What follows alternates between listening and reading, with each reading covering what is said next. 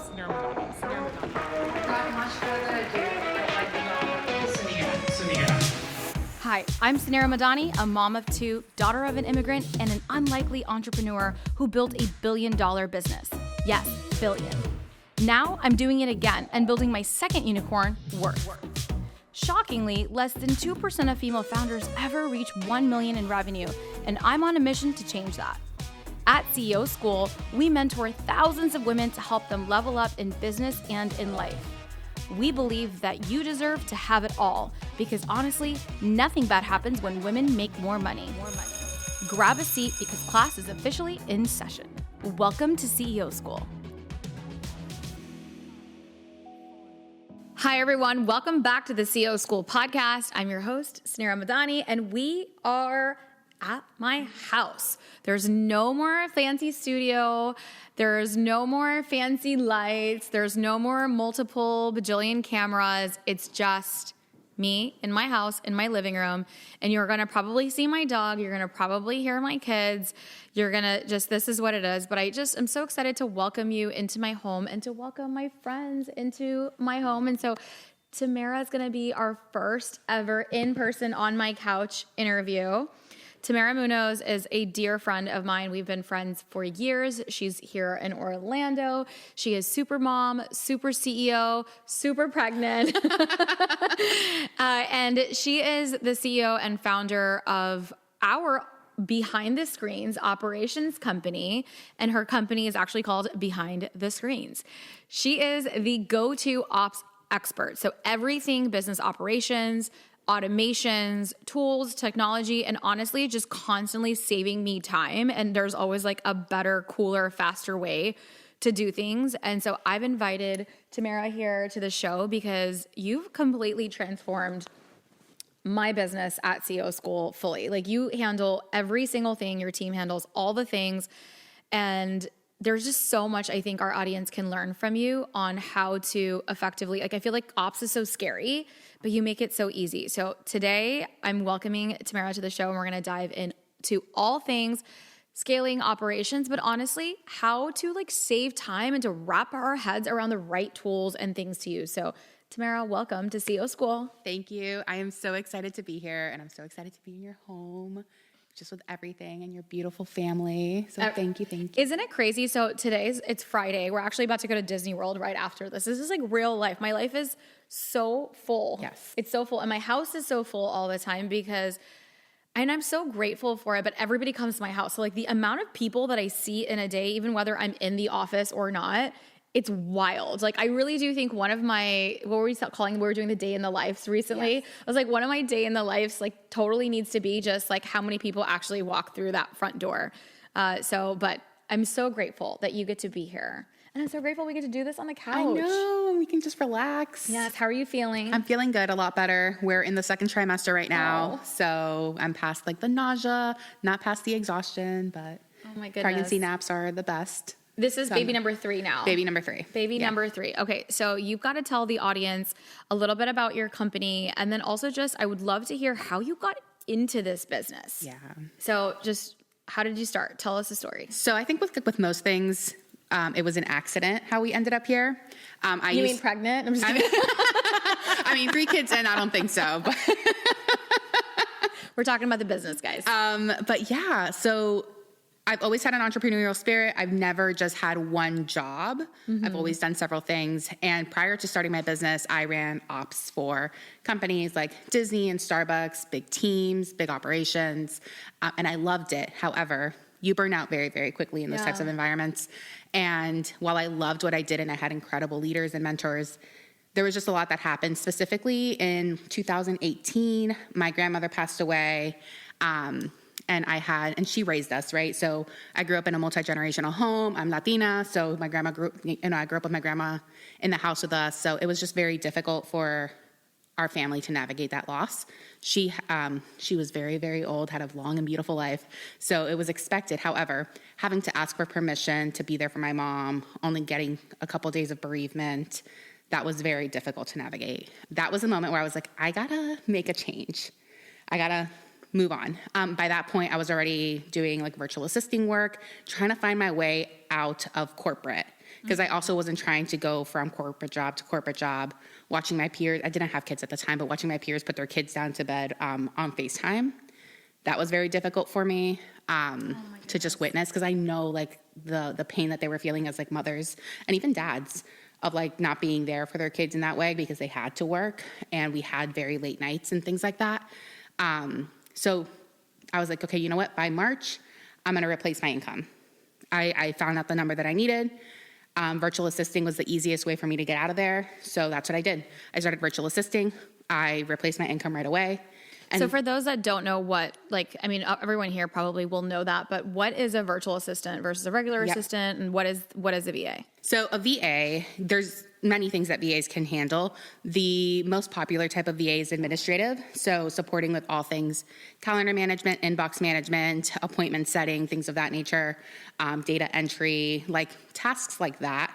And it's all virtual, right? So anyone can have a virtual assistant. I mean, at this point, at Behind the Screens, we support women that have online businesses, but also women that have brick and mortar businesses too. Yeah. It's things that can just be done from an at-home office. So because I'm an operations girly from like my corporate days, that was very simple for me to like go into. I replaced my income, and then May of 2019, I knew I had to wait to buy a house before I can jump, because to buy a house, you need at least 3 years of tax returns as a business owner. So I was like, okay, I can't quit my job until I have keys in my hands. So that's what I'm solving for, by the way, at Worth. Yeah. Is that your credit worth should not be based on your personal credit. It should be based on your business credit. Yes. And there's no business standardization of business credit. So sorry, shameless plug for Worth and why the Worth score is important. Yeah, and it's so amazing because like we all need that. Mm-hmm. I got married, I quit my job, and I bought a house all in the same week.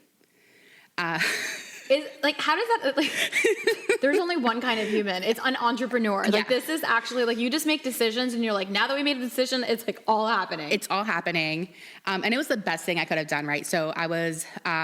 it's the risk. You have to take the risk. You have to take the risk. And I had such an incredible manager at the time, and he's just, like, one of my favorite people that I've worked for at Starbucks. And he was just like, are you sure you want to take this risk? Like, you'll always have a spot here. We're family. Like, he was fantastic.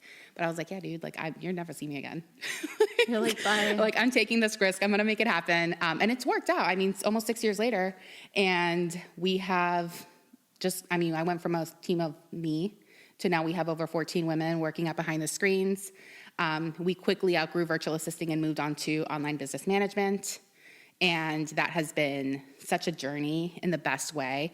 I very quickly realized that there are huge gaps in the entrepreneurial space between operations, but also like the know-how. So many women get into business because of what they do. They love to create and build community and serve their clients in the way that they want to serve them, whether it's practitioners, dietitians, business consultants, marketers.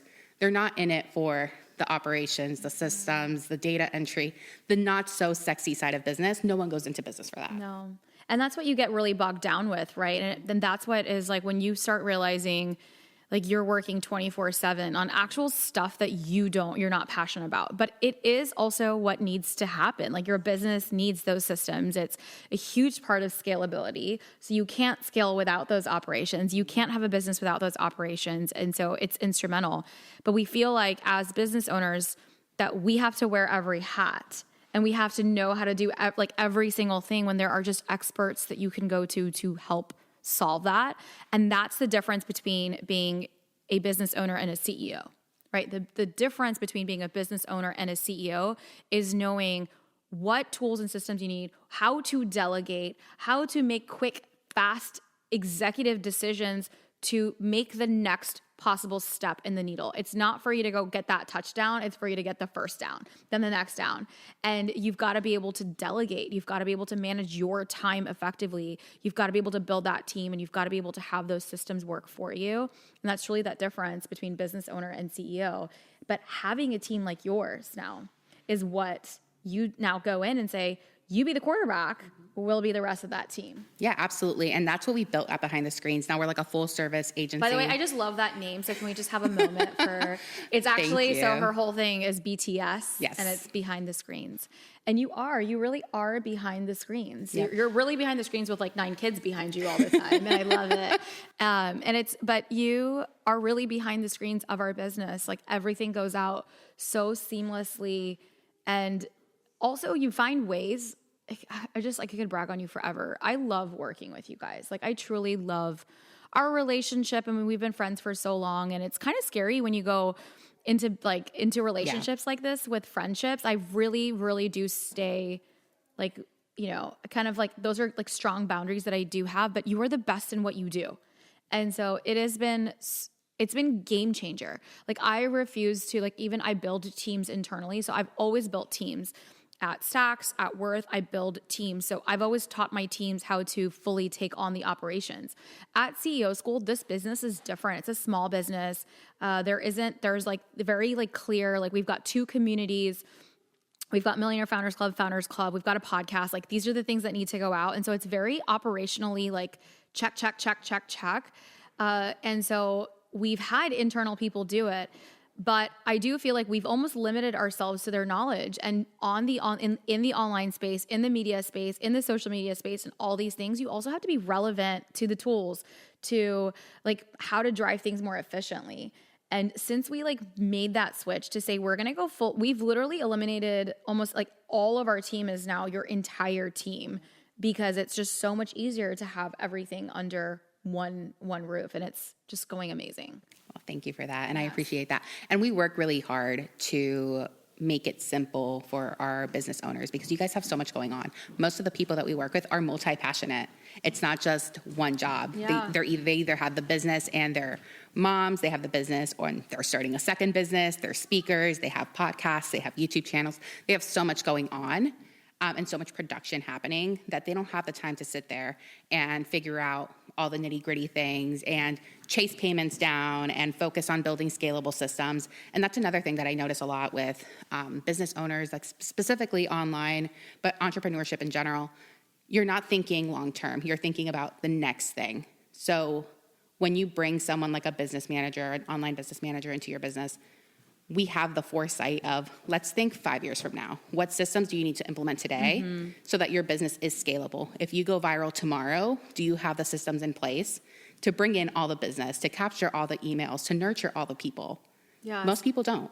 No, you don't, right? And that's one of the things that I talk about in CEO School in our accelerator. It's like 10x scalability. Like if you had 10 times the business tomorrow, will your systems be able to actually do that? And I learned that lesson the hard way. I shared this story this week with someone that our first moment of scale happened when we were front page Fast Company. And there was an article online that was Meet the Woman Trying to Change the Credit Card Industry. I had no clue what that would do for my business. And our phone, literally one phone in our office, which was the size of this carpet here. I had an intern, I had one full-time employee, I had a co-founder that lived in California, and that was it. So it was 4 of us, like 3.5 bodies. And our single phone, we had to get phones installed, was ringing off the hook. Like it was our Shark Tank moment. We had investors, customers, people were faxing in applications. Like this is also like, I mean, we weren't like that fax era, but people were like finding ways to get to us. Emails, our website crashed. We had a GoDaddy website. We had no CRM system. Like we weren't built for scale. And it was the greatest thing that happened and the worst thing that happened at the same time. And it was great because we were validated that we could have scale, but it was awful because we didn't get to capture like the percentage of business that we should have. And that was a hard lesson that I feel like I had to like I fell on the chin to learn, to say like, we need to build systems for scale. And that next year, our entire thematic goal for the company of the 4 of us was really, and we started to hire, we got investors, like all the things was like, if we had 10 times everything and to get everything off of paper into a system.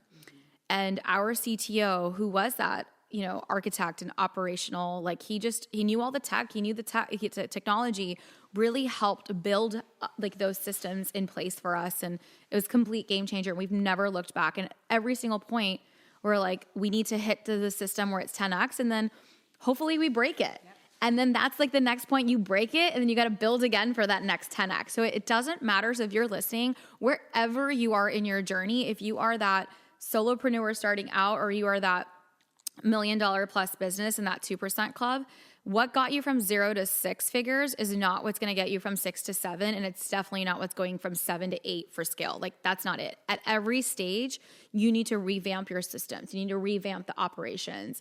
And so that's what you get to do as a business manager, is to look at the systems and say, how can we drive scalability and efficiency? And efficiency and profitability, truly. Yes. Truly, like, I mean, top line is great. We love it. But bottom line is where it's at for our business owners. I mean, we work so hard. So if we're making $1 million top line, but you're only bringing home 10%, let's 8%. Let's talk about that. And I want to get into like this episode's going to be so good. I'm so excited because I want to talk about the biggest things that you see. You're like in every business. So like, what are the top things that you see that you're like, red flag, like immediately don't use that tool. Immediately we need to get rid of that system. I'm sure there's like patterns that you see. And then I do want to get into this profitability topic. So I'm going to go there first right now, profitability. So important, because we've like also gotten into this culture where, and I'm like, we all talk about revenue, like vanity and our revenue metric. It's really big. It's a big milestone. Revenue is one of the most important KPIs. You should have really strong revenue, but if you're not profitable, that doesn't mean anything.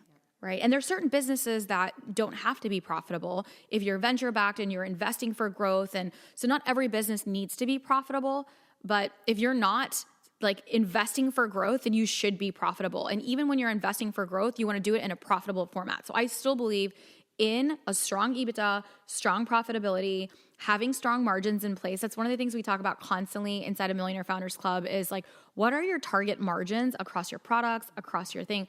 Tell me about what you see in these businesses, and like, how are you driving profitability through operations? A lot of it is efficiency. So you don't know what you don't know, right? And when you're running solo, or where you're running with a very lean team of incredible admins that don't necessarily have the acumen or the experience to realize like we are bleeding money left and right through either manual processes that can be automated, or we're using tech that we shouldn't be using, or we're throwing money into ads and it's not bringing back, there's no return of investment there.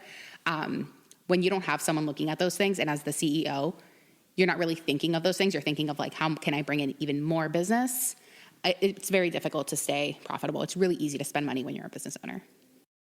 It's so true. I want you to like say that line again. It's so easy to spend like money as a business owner. And there's so much that you have to like, you're constantly feeling, I feel like I'm just constantly throwing my wallet at this next tool, the next person, the next thing.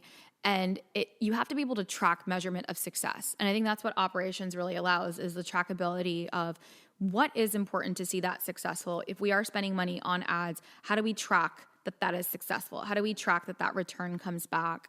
And people are your most expensive tool. So the most expensive tool that you have in your business is people. And I will say, you run the greatest like team. Like I've worked with your team hand in hand across everything, like across every department, and you drive such efficiency. They're so incredibly productive. How do you drive efficiency within the team the way that you do? Processes. Okay, tell me more. It's all process oriented. We stick to a strict scope. I don't like the fluff. So when it comes to, for example, like administrative work, taking a look at the workload. How much of this workload is just stuff that you're doing because you're used to doing it? Is it driving? Can you give me an example? So because we've got CEOs in the audience that are listening, they've got teams. What are some things that they can audit or check in on to say, hey, I see inefficiency? And then how do you have those, how do you drive that efficiency? So for example, inbox management is a big one. If your EA, VA assistant is in there handling emails, you're most likely 60 or 70% of them are going to be the same type of emails. If you don't have templates locked and loaded inside of your email software, you're wasting so much time there with having your assistant having to type and retype all of these different emails with it's the same concept, right? So like if you have an inquiry for a podcast, you should have a canned email that then can be customized to, the inquiry. Yeah. And that's saving your assistant so much time and effort because they're not having to reinvent the wheel. And it's done the way you want it. Exactly. It's done the way you want it with your brand voice. It's already approved by you. So then that way you sleep easy knowing that it's being done in your way. And they're saving so much time. Granted, so much time, I mean 20 minutes here, 30 minutes there. But when you look over the month, that's several hundreds of dollars that you're saving. Yeah. And then on, like, I think one of the things that we kind of get nervous about, and I'll speak for all of us non-tech folks here, it's like that makes complete sense that, have this process in place. I like fully want to have an SOP for everything. Like I wish I had the perfect drive that had all the perfect processes with every SOP outlined, everything is approved, boom, boom, boom. But where do you begin? Right? Like it feels like this elephant is so, and you're about to answer my own question. You bite it you eat the elephant one bite at a time. I know, but it feels so overwhelming. It is overwhelming. How do you begin when you come into the business then? Like, where would you start? So I start at the profitability. Where are we losing money? A lot of the times it's the follow-up with like failed payments. Oh my God, that's a huge one.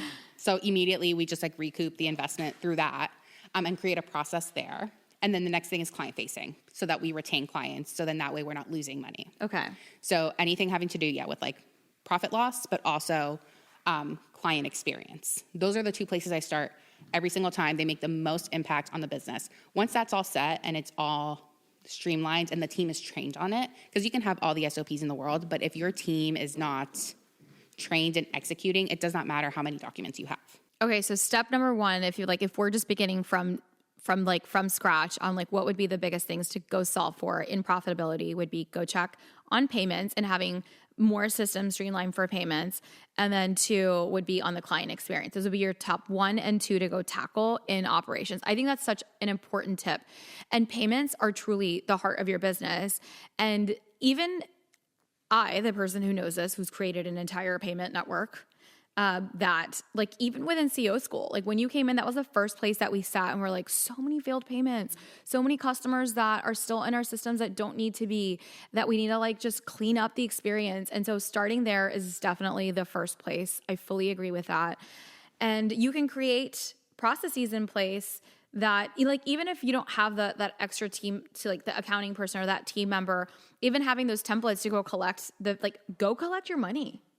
But why is it like we just like we're so busy, I guess, running everything, chasing or like getting the next client, doing the next thing. We got to get in to solve for it. Yeah. And honestly, though, I'm going to be so real with you. CEOs don't want to be having those conversations with their clients. There's friction. I don't think they should. No, they shouldn't. So I don't think that you should. I actually feel like I get in the way, and I've gotten in the way. I'm like, oh, this is easy. Like, this is my client. Let me just go solve the situation.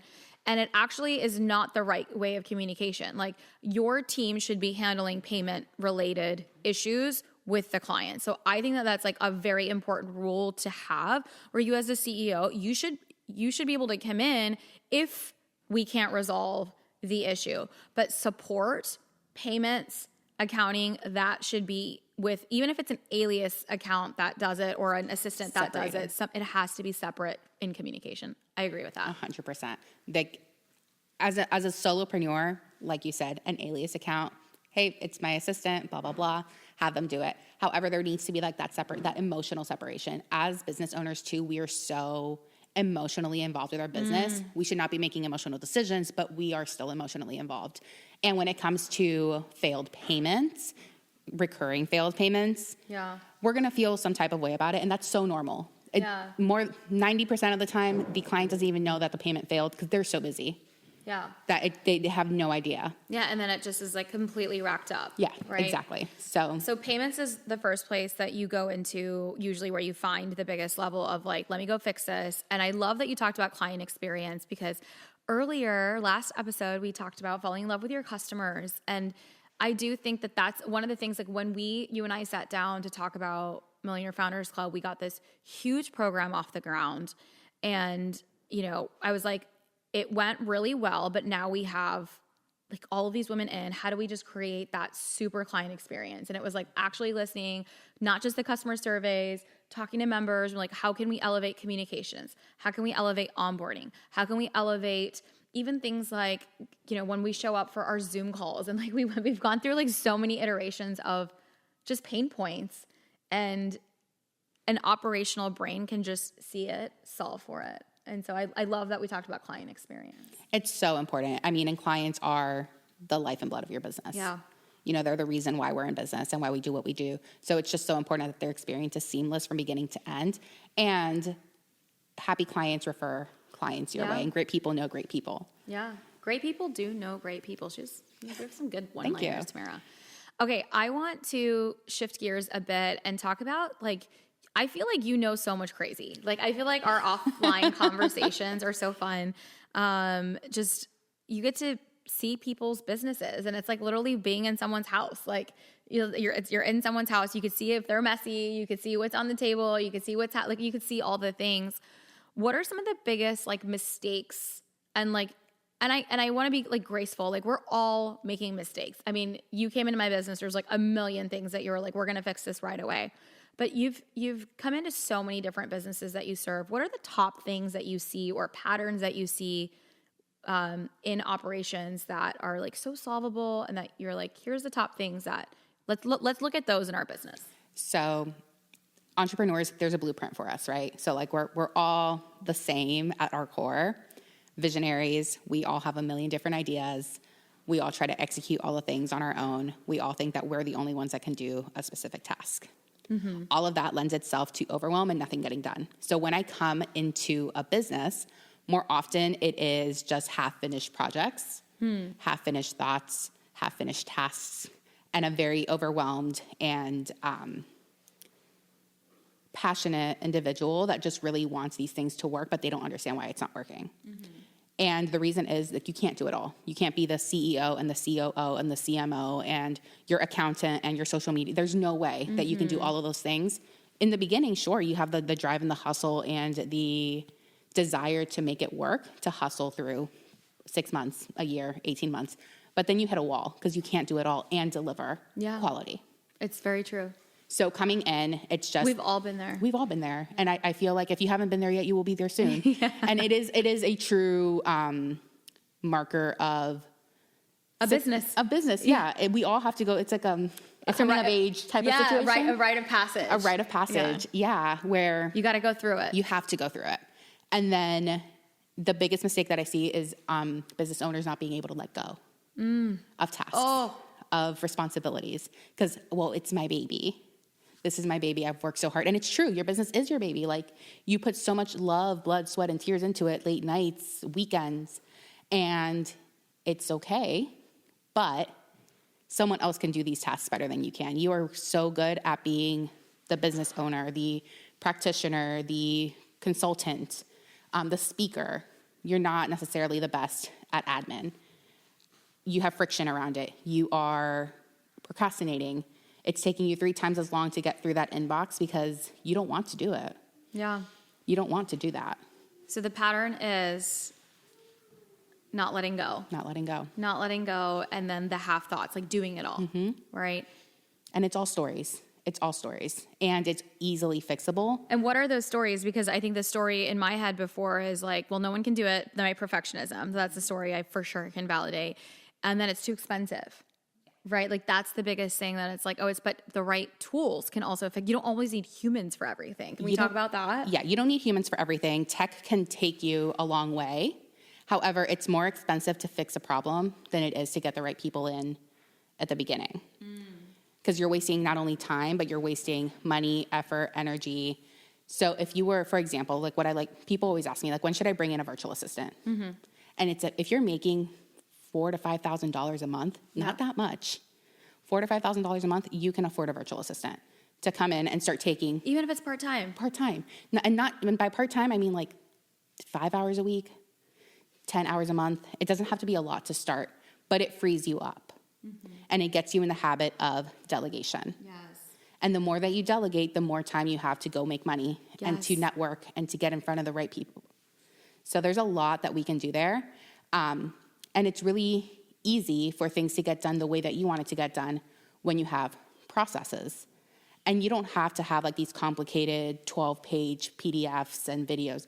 You can create a easy Loom, so a screen recording walkthrough of this is how I do X, Y, and Z. This is how I onboard a client. That's it. That's it. I really do think what you said on it starts early. Delegation is one of the biggest, the best traits of successful people.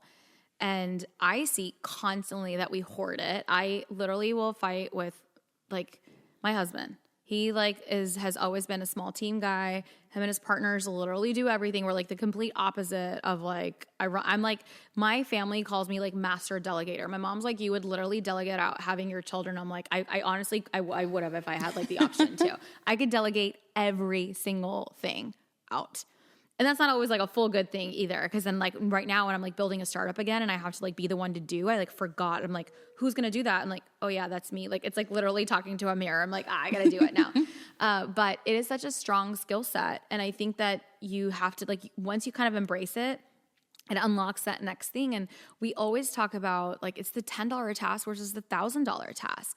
So like, why are we so afraid of letting it go and paying somebody to do it that's going to do it way better than I am so that I can go get the $1,000 thing deal done? And like, and that applies to everything, your home, your life, every single thing is that $10 task versus the $1,000 task. But we are so caught up in our psyche of it's truly the letting go that, and the story is no one can do it. It's too complex. No one can do it because I know how to. No one can do it because X, Y, Z. And that's not the truth. Somebody else can do it and they can actually do it better. Exactly. Yeah, we're all in our way. And especially as women, I think. Yeah. Oh, because we are conditioned by our upbringing, by society and everything that we are the caretakers of everything. Everything is our responsibility. And also because we are so, by nature, nurturing, we take everything on ourselves. It is very conditioned in who we are, nature and nurture. And we have to rewrite that story where we are deserving of support. It comes down to the mindset around and like feeling, do I deserve this? And it's like, we are deserving of support. We are deserving of having people in our lives cheer us on. My business is deserving of other people believing in it as much as I do. Oh, I love that. I gotta like, we have to record that. You have to re-listen, like rewind and re-listen to that because it's so true. It's nature and nurture. I still feel like I have to, even though I delegate out everything, it's still that voice in my head that I have to do all of it. We all have that to do. And so this is your reminder. You don't have to do it all. You don't.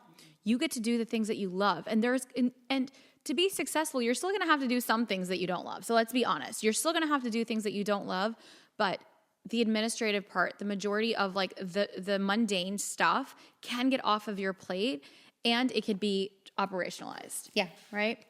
What are some of the other, so like some of the other, not just flags, but what are some of the things that you're like, please stop doing this?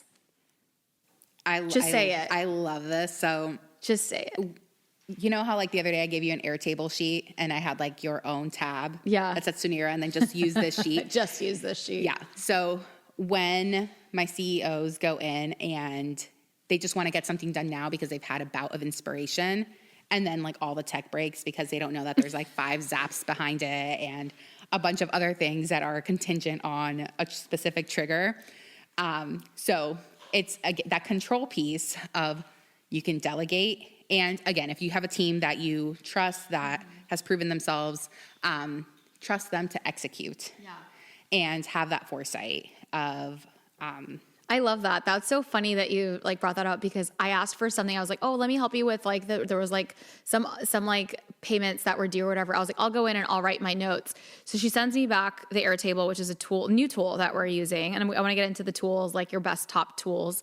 So she sends me the spreadsheet or like the sheet within it. And it says, Suneera's only use this. And I was like, well, did you think I was going to like break stuff? I just wanted to view it. And she's like, no, but she's like, you'd be surprised. Like just use that sheet only. But that's really important to just get out of the way and to trust the team. And, you know, I do think that that's an important thing. What are the other like, please stops like, or like in the business or like something operational or like tools that people are using, like that's so outdated. So something I see a lot too is people trying to use project management tools like ClickUp or Asana and making it very, very complicated because you're not a project manager. As a business owner, you're not a project manager, and that's okay. You don't have to be. That is a skill set. That is a skill set. We have people that are trained on that, that go to school for that. And it's like this like super convoluted tool where now you have a million different tasks and a million different lists, and none of it makes sense and things get lost. So a lot of the things that we do too, if a business has been around for like 3 to 5 years, is we spend a lot of time cleaning up and then setting up that project management system in a way that makes sense, and creating dashboards for our CEOs so that they never have to go into the tool. I love that. It just like loads their to-do list into a dashboard. God, I love a good dashboard. And it makes it easy. So then that way, like, you guys don't have to touch anything. Don't Because touch anything. Don't touch anything.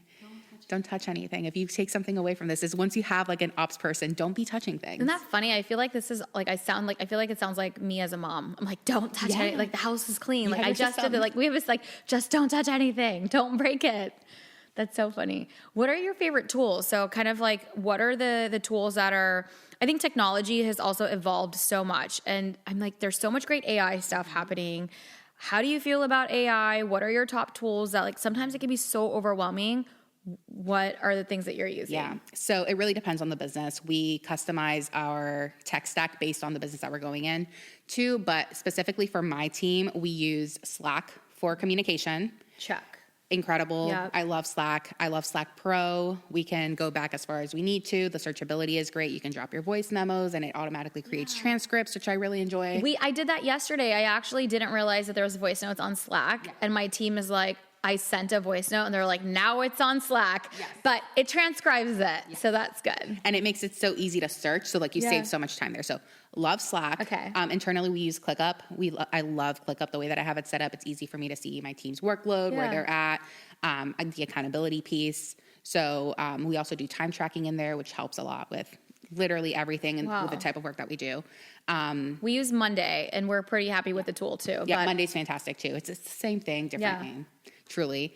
And then we share a lot of passwords because we're in a lot of businesses. So we do use 1Password for secure password sharing. And that's literally it. Like our business is so streamlined. Of course, we like hop on Zoom and things like that. But that's like behind the screens. That's what we're using in our tech stack. Most of our clients, they have courses. So like, for example, we use Circle with You. There's so many different tools that all kind of do the same thing. Okay. So like Circle and Mighty Network, interchangeable, both fantastic, both beautiful. Kartra and Kajabi, great, interchangeable. It truly depends on like what your individual business needs are, which is like why when we come into a business, we do like a business audit and a tech stack audit. And it's like how much of, like we're doing that for you right now. It's like how many duplicates do we have in here? Because like there are things that a tool can do, like a tool can do multiple things, and you might be paying for like 3 or 4 different tools that can do the same thing. I do like, and then streamlining the tools for the team too. So it's like, this is it. Like, this is what we use. Our vendors then use the same thing. Like we're used to using the same things. I do think it's important to have a strong project management tool for the team. And that is, once, and then you as a leader also have to use it. So what I will say is that something that I'm really proud of is I learned a lot. I feel like I keep having to learn the tools. Like I just had to learn Monday fully this last year for my team. And like we use HubSpot, and I feel like if you don't use it, then your team's not going to use it either. So you have to like commit to being like, okay, I'm going to do it. I'm going to do the thing.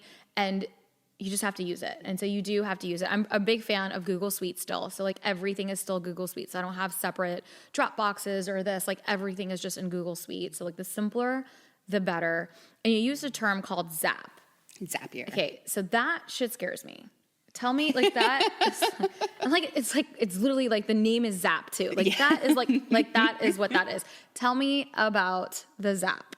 So it's an integration tool. It's a game changer. It's a game changer. Yes. It's an integration tool. We use it everywhere. I've been using it for years and years and years and years, but I don't know how to set that up. So it's an if then. Yes. So if this happens, then that happens. Yeah. And it just makes all of your tools work together seamlessly. So for example, we have it set up now that if someone comes into MFC and they pay through Thrivecart, we get notified on Slack, but also it zaps them a contract and it zaps them their welcome email. So that's all interconnected. Automations. Yeah, automations. Talk to me about automations. Okay, so so zaps are what you use for automations, and you don't have to be the expert to do it. Find an expert to do it. Like those are the things that you're like, okay, great. But automations save, like the whole process is so much more seamless. You don't forget to send the contract. You don't forget. And when that trigger happens of that, then the onboarding email goes out. Then the welcome goes out. It's like, why are we putting like such human thought process into things versus just letting the tools do their job?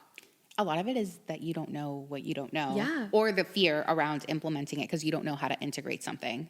And that's totally normal, but then like you're wasting all this money on human labor. I still have so much to talk about, and we're like literally on time. We're gonna have to do like a part We're gonna have to do a part 2, but I really do. I'm so curious as to. I have so many thoughts on AI. Yeah. And like, what are your favorite tools? How do you feel about ChatGPT?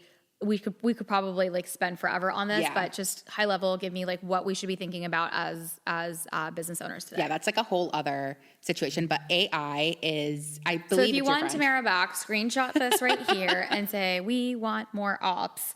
And I'm going to be tagging everything in the show notes of behind the screens, and just like everything will be linked so you can connect with Tamara and her team and fill out a form that she'll probably put in the show notes that'll automatically connect to whatever, that'll automatically give you a response. Like it'll all be set. So just go to the show notes and click the button and you'll be able to figure out how to get all of this done. So in Tamara we trust. But what are the AI tools that you love? So for AI, again, I'm still exploring. I'm still finding the things that I love. I do think that AI is your friend, but it is a tool. It's not like the end all be all. And the mistake that I'm seeing recently in the past year is that people are just using AI to like, for example, like crank out like all of their content. You can use AI for like how we use like brainstorming and getting like the key takeaways, but then there needs to be like this human touch because algorithm recognizes algorithm. And it doesn't hit the same way that like human content hits. Humans recognize algorithm now. At this point, we're so trained for it. I am so over seeing ChatGPT on social media everywhere. Like human recognizes now ChatGPT. You could tell all day, every day. And it is great that it does like pump out content. It does do like the things. Use it to brainstorm. I literally love ChatGPT. I use it every single day, but I don't use it to copy paste content. I don't use it to write the proposal. I use it to help and assist me to make it faster. Right now, when I sat for like the episode outlines, I literally have a prompt and you can train your ChatGPT to have your tone. You can feed it information. Like it's so helpful. I have submitted like within my ChatGPT for the podcast, it has its own little section. And I'm like, it's February. Here's what I'm thinking for my outlines. I really want to talk about this. I really want to talk about that. Let's brainstorm some like topic and ideas. And so then she's like spitting back out me. She's like, oh, let's do this. Let's do that. Like I literally talk to ChatGPT as if it's like my teammate brainstorming. And then we create like episode outlines, but I'm not like using it to like script it out or to do whatever. Like we're literally talking back and forth to help me brainstorm and then put it together. I also use ChatGPT before I send a big email to my team for whatever, like I copy, like anything for copy editing. Boom. It's so nice to do copy editing. Like literally throw it in there. I use it for so many different things. But what I see online right now constantly is that blanket copy paste. And it's really frustrating. I see it like from vendors, from partners, from social, like we can all see through it and you're going to get called out for it. Yeah. And I mean, I do think that down the line, there's going to be legislation around this type of stuff, and ChatGPT and AI does not replace the incredible conversion copywriters that are out there. Same with like digital art. It doesn't replace and it shouldn't replace like the incredible artists that are out there. It is just a tool that we should be leveraging because it does save us time. It does save us energy. However, it is one of those things where it's going to give you what you give it. So if you just pop in a prompt and that's it, it's going to give you very generic information. You do have to spend a lot of time with it, training it, talking to it, giving it feedback. No, I don't like how this was written. This is more of my tone. Here are some examples of emails that I've written in the past. Something that I really enjoy using it for is, for me, it's like tone. So like I'll put in an email before I send it out. If it's like a more important email and I'm like, what's the tone of this email? Oh. So then it just like tone checks me because sometimes I'm very excited and I have like 19 different exclamation points in my emails. And sometimes it's very like straightforward, like, hey, I need this. And it's like, does this sound rude? And then it'll tell me and it won't like yes man me. Like my team will be like, no, it's fine. And I'm like, is it fine? I'm not sure. Yeah. I use it all the time for like email checks, just like helping me flesh it out or to like expand upon like something, clean it up. Like It's so great. I really do think it's such a great tool. And there's a lot of really great AI tools for your space too. Talk to an expert that knows it. Like even for whether you are in podcasting or like you have like even in content, even in whatever, there are tools that can make things so much more efficient.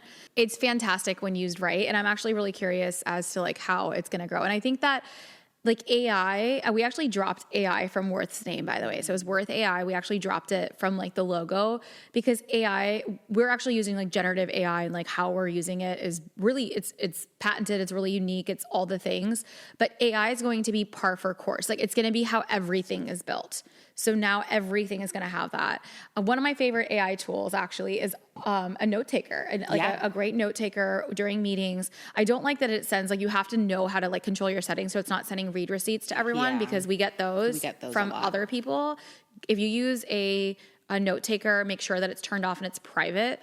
And a tip that I got from another CEO or from like my board actually is like don't have note takers as part of like everyone can have their individual note taker that they pay for. Yes, exactly. So don't have it paid by the company because it's pretty much recording everything and you don't want that. So if a team wants to bring in their own note taker, they pay for their own note taker, they have their own things and it's for their private use only. So it's in their controlled environment, my controlled environment, etc. So it's not like the company's note taker. Yeah, so no, that was like a little bit of like, I got that tip and I'm like, hey, that's like a really good one to watch out for really AI. good advice, yeah. Yeah. Yeah. And I mean, it's fantastic too. Like, for example, entrepreneurs, note takers for sales calls. So then that way you can be fully present in these calls. And then afterwards you can go through your note taker, make your proposals. Action items. I literally only use it to be like, give me my action items from this thing or put together everyone's action items. I do it to also like have it where I'll flag, like I'll tag, like it'll like go into a library of what kind of meetings there are so I can go back and reference. Yes. And even write me a thank you response. So it's like based on the conversation, like of like, let's say I had a potential client conversation. It's like, thank you so much for our conversation today. This was like the next steps. Here's like the stuff like already ready to go. And then I can take it from that meeting. Like that is such a time saver. Such a time saver. I love my note taker. Things don't fall through the cracks because that's also the thing. It's like you want to be present. You want to be taking notes. And it's too much. But like with this type of AI, for us especially, I mean, like in the meetings that we have, it's just so easy for me to then just be able to go through and it's like, okay, like this is stuff for Lily to do, for me to do, for Marielle to do. Yeah. And again, we can talk about this all day. It's just like project management and AI and how we can load this into the tool and have it do its thing. But I think the lesson or like the big takeaway is really there are great things to leverage. We don't have to do all of it either. So you don't need to be overwhelmed. We don't need to have all the tools. I do think that is a big lesson for me. It's like this, like as simple as we can make our tech stack, as simple as we can make our process and operations, as simple as we can make our billing, our pricing, all the things just makes the business life easier, and it is easier for scale. So Tamara, thank you so much for sharing all of your incredible tips and tricks and everything operations today. You've been behind the screens of our business, but I'm excited to bring you to the screens of CEO School. How can people find you and get connected? Amazing. Well, first of all, thank you so much for having me. This has been so fun. And you can find me on Instagram at Tamara Munoz-Whilden is my personal one, but for Behind the Screens, it's Behind the Screens Inc. Same with our website, behindthescreensinc.com. Then that way you can just see everything that we can do for you and support you with. Amazing. You're going to plug everything into the show notes. So she's going to plug everything into the show notes. And I hope you got just something of it, of what you can streamline, let go, delegate and automate. So, all right, we'll see you guys next week at the CEO School episode. If you loved today's show, tag us, share it with a business bestie, leave us a review. This is how we're growing. Let me know what you think. This is my last episode right now from today's session. We did 3 today, so the last 3 shows. It's been so fun doing it in the house. Like I feel like I'm really excited to do this. So relaxed. We're about to head to Disney World as the perks of living in Orlando. Literally about to take a one-night staycation with my family. It's Friday for me. I know it's Monday for you. But I'm so excited to wrap up our episodes, and I really hope you enjoyed it. Please let me know what you thought about this environment. If you're watching, I know many of you watch across different social channels, let me know about what you think and all the stuff. So I'll see you back in social, and I'll see you on next week's episode of CEO School. Bye, everyone.